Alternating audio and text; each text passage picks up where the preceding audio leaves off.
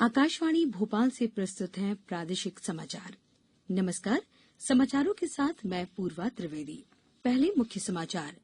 पूर्व राष्ट्रपति प्रणब मुखर्जी का निधन, प्रधानमंत्री नरेंद्र मोदी सहित तमाम नेताओं ने दी श्रद्धांजलि।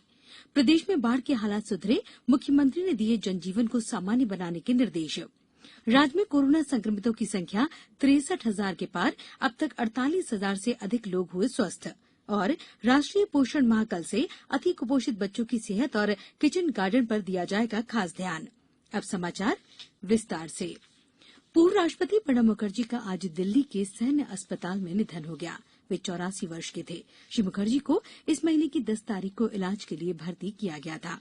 2012 से 2017 तक देश के 13वें राष्ट्रपति रहे स्वर्गीय मुखर्जी की गिनती देश के कुशल नेताओं में होती है। कांग्रेस सरकारों के दौरान उन्होंने केंद्र में गृह, वित्त, विदेश मंत्रालय सहित कई महत्वपूर्ण मंत्रालयों की जिम्मेदारी संभाली। उनके निधन पर राष्ट्रपति, उपराष्ट्रपति, प्रधानमंत्री और मुख्यमंत्री शिवराज सिंह चौहान सहित विभिन्न नेताओं ने शोक संवेदनाएं व्यक्त की हैं। राष्ट्रपति रामनाथ कोविंद ने अपनी श्रद्धांजलि में कहा कि उनके देहावसान से एक युग की समाप्ति हो गई है। वहीं प्रधानमंत्री श्री मोदी ने कहा कि श्री मुखर्जी ने राष्ट्र के विकास पथ पर एक अमिट छाप छोड़ी है। मुख्यमंत्री शिवराज सिंह चौहान ने उन्हें मां भारती का गुणी और राष्ट्र के प्रति समर्पित पुत्र बताया। प्रदेश में बारिश रुकने से बाढ़ प्रभावितों में राहत है और बचाव कार्यों में तेजी आई है। होशंगाबाद में नर्मदा नदी का जलस्तर लगातार कम हो रहा है। वहीं बारना और तवा बांध के सभी गेट बंद कर दिए गए हैं। सीहोर, रायसेन, नरसिंहपुर, जबलपुर, सागर सहित अन्य बाढ़ प्रभावित जिलों में हालात बेहतर हो रहे हैं। मुख्यमंत्री शिवराज सिंह चौहान ने राहत कार्य में सहयोग के लिए सेना और एनडीआरएफ का शुक्रिया अदा करते हुए कहा कि बाढ़ के बाद बीमारियों से बचाव के लिए एक अभियान भी चलाया जाएगा। दूसरी तरफ हमारे विदिशा संवाददाता ने बताया कि जिले में पिछले 24 घंटे से बारिश तो नहीं हुई, लेकिन भोपाल में कलियासौत और भदभदा डैम के गेट खुल जाने के बाद से बेतवा के जलस्तर में लगातार बढ़ोतरी हो रही है और वे खतरे के निशान से 3 फुट ऊपर बह रही है।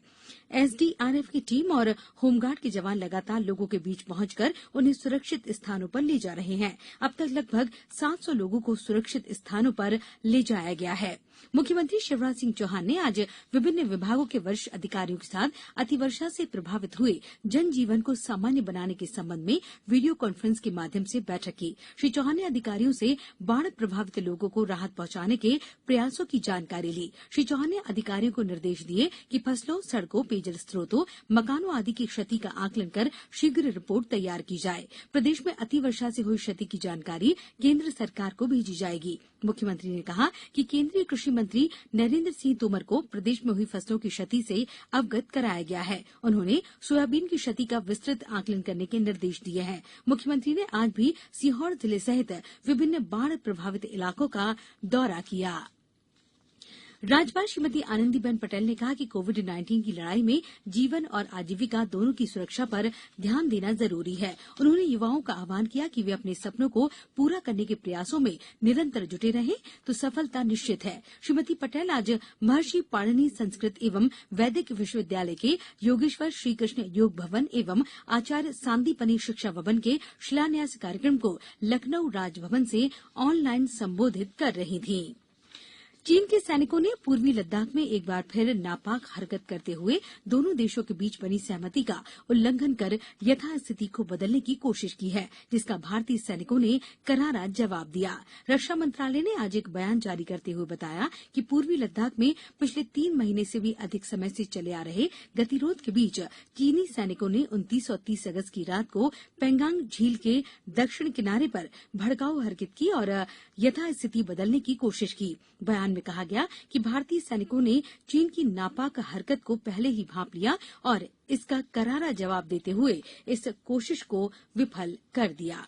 अब समाचारों में वक्त है एक ब्रेक का।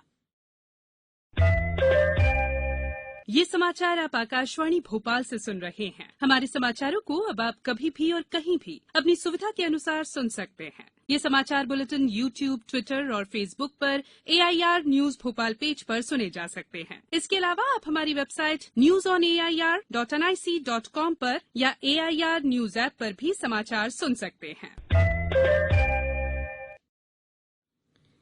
ब्रेक के बाद समाचारों में एक बार फिर आपका स्वागत है।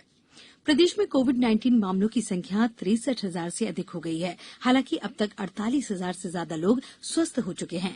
मध्य प्रदेश में अभी भी 13,500 से अधिक सक्रिय मामले हैं। भाजपा उपाध्यक्ष प्रभात झा भी कोरोना संक्रमित हो गए हैं। श्री झा ने एक ट्वीट के माध्यम से जानकारी देते हुए लोगों से अपील की है कि इस दौरान जो भी लोग उनके संपर्क में आए हैं वे अपनी जांच करा लें। इंदौर में संक्रमितों की संख्या 13,000 के करीब हो गई है। भोपाल में आज 229 लोग मिले हैं। इसके फलस्वरूप राजधानी में कोरोना संक्रमितों की संख्या 10,725 हो गई है। देवास में 15 नए मरीज मिले हैं। यहां कुल मरीजों की संख्या 718 हो गई है। हालांकि अब तक 576 लोग ठीक हो चुके हैं। मंदसौर में 26 लोग संक्रमित पाए गए हैं। वहीं अशोकनगर में 3 और कटनी में 9 लोग पॉजिटिव मिले हैं। इनमें 5 एक ही बैंक के कर्मचारी हैं। प्रधानमंत्री नरेंद्र मोदी के आत्मनिर्भर अभियान पर अमल करते हुए मंदसौर जिले के फतेहगढ़ गांव के किसान बालाराम धाकड़ ने बिना किसी प्रशिक्षण के घर में ही मशरूम की खेती शुरू की है। उनका कहना है कि ये कम समय में अच्छी आय का बेहतर विकल्प है। मकानों के अंदर अच्छी खासी जगह हो तो वहाँ भी आप पैदा कर। इसका बीज तो करीब 5300 रुपये का आया है 10 किलो, और बिकने में ये कम से कम 25,000 की 100 थैली की हो जाएगी। मतलब 5,000 की लागत है और बाकी 25,000 की इनकम है, और कम से कम समय में इससे बेटर इनकम कर सकते हैं। बाकी यूँ शुरू बार लगाओगे आप तो 2 महीने में आके आपको 25,000 का टारगेट मिलेगा। खेत की कोई जरूरत नहीं, घर में आराम से कोई भी पैदा कर सकते हैं। ये तो एक यूँ मान के चलो आप साइड बिजनेस है खेती के अलावा, जो बिल्कुल बेरोजगार लोगों के लिए बहुत बढ़िया है। मार्केट में बिक जाती है, मंडी में कोई भी आम व्यक्ति जिसके पास जगह है वो आराम से इसको कर सकता है। पोषण अभियान के अंतर्गत महिलाओं और बच्चों के पोषण स्तर की बेहतरी के उद्देश्य से इस वर्ष भी कल से सितंबर माह को राष्ट्रीय पोषण माह के रूप में मनाया जाएगा। इस वर्ष पोषण माह 2020 दो मुख्य उद्देश्य पर आधारित है। पहला, अति कुपोषित बच्चों को चिन्हित और उनकी मॉनिटरिंग करना तथा दूसरा, किचन गार्डन को बढ़ावा देने के लिए पौधरोपण अभियान है। प्रदेश स्तर पर इस वर्ष पोषण माह के दौरान में विभिन्न गतिविधियों का आयोजन किया जाएगा। गौरतलब है कि वर्ष 2018 में प्रधानमंत्री नरेंद्र मोदी ने पोषण अभियान को प्रारंभ किया था। इसका मुख्य उद्देश्य जन आंदोलन और जन भागीदारी से कुपोषण को मिटाना है। प्रधानमंत्री ने कल मन की बात में भी लोगों से पोषण माह के दौरान जागरूकता फैलाने की बात कही थी। कल अनंत चतुर्दशी है। इसके साथ ही 11 दिनों से चल रहा गणेश उत्सव संपन्न हो जाएगा। इस अवसर पर घर घर विराजे गणपति की मूर्तियों का विसर्जन किया जाएगा।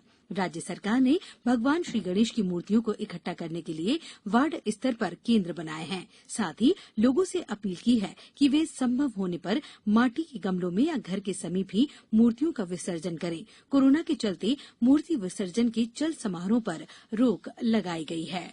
अब कुछ समाचार संक्षेप में।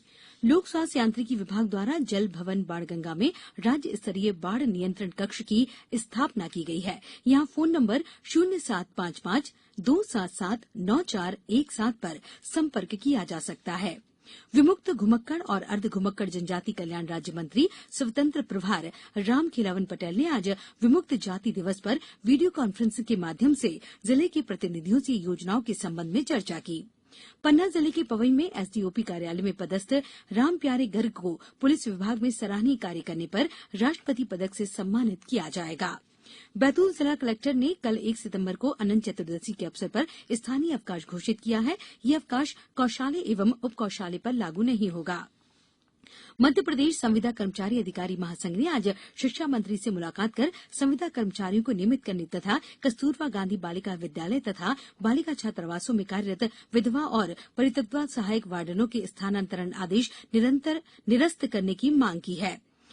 खेल एवं युवा कल्याण मंत्री श्रीमती यशोधा राजे सिंधिया ने आज टीटी नगर स्टेडियम में मध्य प्रदेश में खेलो इंडिया आयोजन की समीक्षा की और बैतूल जिले में सड़क हादसे में 2 युवकों की मौत हो गई और एक की हालत गंभीर है।